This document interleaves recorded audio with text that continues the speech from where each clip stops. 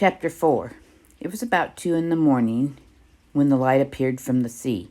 He had heard of it, but had never seen it, and it had not seen it now, he would have not believed it.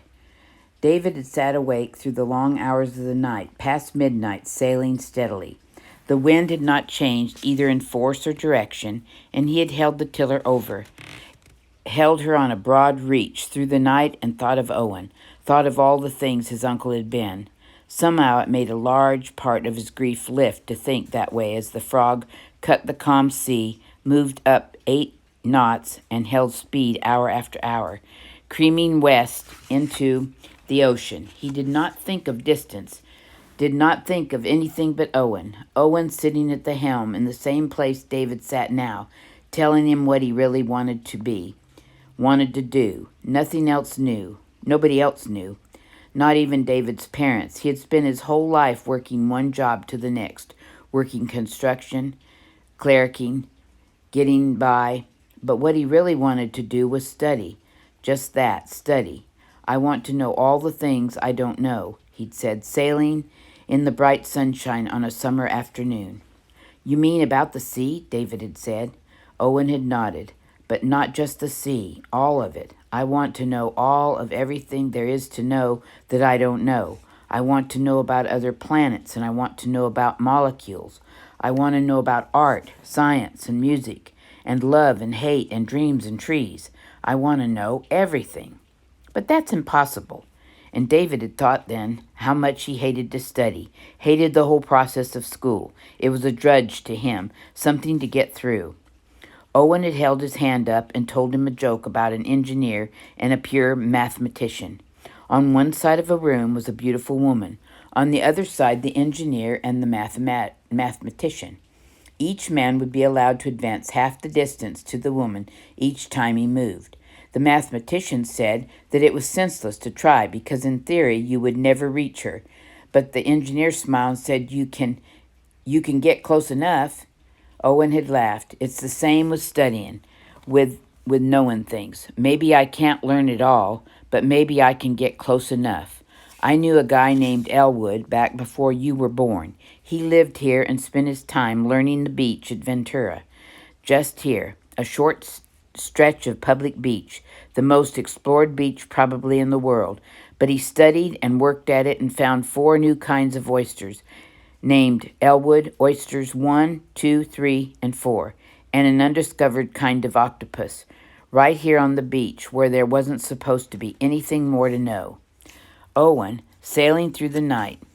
David thought of Owen, wanting to know things, all things, and part of his brain kept pushing tiny warnings at him, but he didn't heed them. Quick little thoughts about the distance he had come or was going to go, short thoughts about mistakes he had made or was making.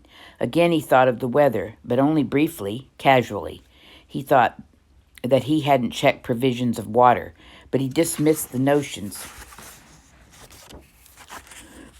because he wouldn't be out long, just out and back. He should be back in the marina by evening if the wind held. Tiny thoughts, if the wind held. And at 2 in the morning he saw the light in the water. He saw it first to the stern. In his wake, in the silent bubbles left by the frog moving through the water, there was a ripple, dotting line of eerie light glowing up from the water. It was blue-green, seemed to come from down in the water, and at first it startled and frightened him, but then he remembered hearing about it. Small animals in the water, microscopic organisms, sometimes phosphorescent, gave off light almost like lightning bugs. When disturbed, he must be going through a mass of them. In back of the frog was a long line of blue light fading as the water settled down again. He tied the tiller off, leaned over the side, and looked toward the front where the bow cut a wave that curled over. Oh, it slipped out of his mouth unbidden, almost in a sigh of amazement. The boat was moving through blue fire in the night. The bow wave was rolling curve of blue light, sparkling with bits of green that seemed to want to crawl up the side of the boat and then fold back and over, splashing out in ripples and droplets of light. It could not be as beautiful as it was, not be that beautiful and be real. It was so bright and shining, a thing that the frog seemed to be moving through, a lake of cold fire, and as he watched, he saw a form move toward the boat, caught in the blue glow of the bow wave, a torpedo form that shot forward with an incredible burst of speed. He saw first the glowing curved line around the head of the creature, and the line showed him that it was the front of a dolphin. All in seconds, in short parts of seconds, he saw the head and the body moving forward beneath the boat, and then it exploded. The dolphin blew out of the water in front of the boat. It rose in a clean curve just in front of the bowsprit, 5, 6 feet out of the water in a leap of joy that only dolphins can make, carrying with it a shroud of splashing blue-green fire that whirled and spiraled in the darkness to follow the dolphin up, over, and down, back into the water and plunging in green light back to the depths beneath the frog. David was frozen with it. Did not know how long he stayed with one hand reaching up as if to touch where the dolphin had been, touching the curve of blue fire. It was all there and gone, just as suddenly gone as it had never been there. And his breath burst suddenly out into the night. He looked back, expecting to see the dolphin as the boat went over it, but there was nothing, not a trace, only the flickering blue lights of the frog's wake. And it came to him then, came to his mind like the leaping dolphin, came to his eyes. Why, Owen, who found such beauty in life, wished to end his days amidst the leaping dolphins and the blue fire and the lines of sun gold across the water, the mother sea, beginning and end. David looked up at the sails. There was a sliver of moon above the horizon, enough to make a pale light, and the whites of the sails caught it, gathered it, and shone it down on him. He was bathed in the cold, white light of the moon, washed and bathed in it.